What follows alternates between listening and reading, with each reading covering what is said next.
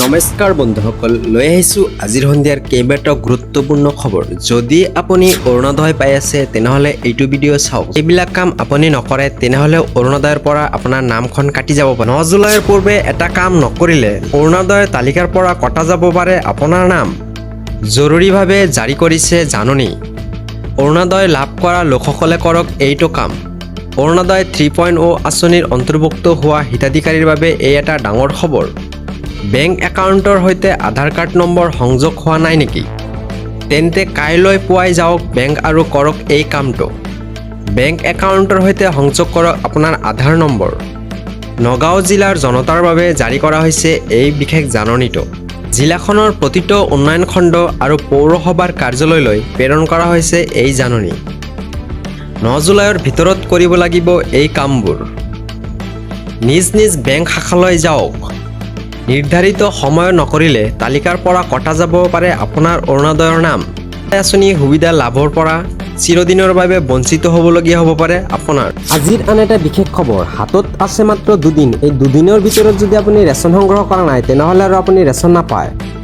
মাজত মাত্ৰ সেই দুদিন। আপুনি ৰেচন সংগ্ৰহ কৰিলেনে? চলি আছে অন্ন সেৱা দিন। শীঘ্ৰেই সংগ্ৰহ কৰক আপোনাৰ ৰেচন। 10 জুলাই ৰেচন সংগ্ৰহৰ অন্তিম দিন। ৰেচন নাপালেই দিয়ক অভিযোগ। মুকলি হৈছে হেল্পলাইন নম্বৰ। ৰেচন সংগ্ৰহৰ সময়ত ফিংগাৰপ্ৰিণ্ট দিয়াটো বাধ্যতামূলক হৈছে এতিয়া। ৰেচন লোৱাৰ পাছতেই সংগ্ৰহ কৰক ৰচিদ। POS মেচিন সৃষ্ট ৰচিদ ল'ব লাগিব হিতাধিকাৰীয়ে। অন্তোদয় অন্ন যোজনাৰ অধীনত চাউল লাভ কৰিব হিতাধিকাৰীয়ে। 1 গ্ৰাম চাউলতকৈ কম দিলেই দিয়ক অভিযোগ। ছেভ কৰি ৰাখক হেল্পলাইন নম্বৰ।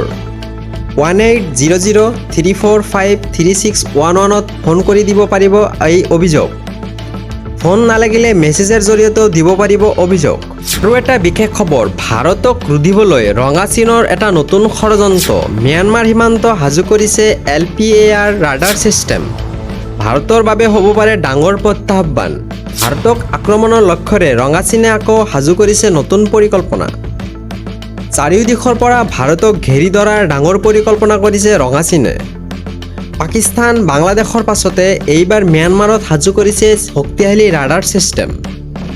অতি শক্তিশালী এই ৰাডাৰ ছিষ্টেমৰ নাম LPAR। LPAR ৰেঞ্জ 5000 কিলোমিটাৰতকৈ অধিক। LPARে ভাৰতীয় মিছাইল পৰীক্ষণৰ লগতে কৰিব পাৰিব ট্ৰেক। ইয়াৰ উপৰিও আছে হিন্দ মহাসাগৰৰ বৃহত্তৰ অঞ্চলৰ নজৰ ৰাখিব পৰা ক্ষমতা। এই ৰাডাৰ ছিষ্টেমে অতি দূৰৰ পৰাই বেলিষ্টিক মিছাইলৰ উমান লাভ কৰিব পাৰে। অতি সোনকালে শত্ৰুপক্ষৰ বেলিষ্টিক মিছাইলৰ তথ্য লাভ কৰি দিব পাৰে এই ৰাডাৰ ছিষ্টেমে।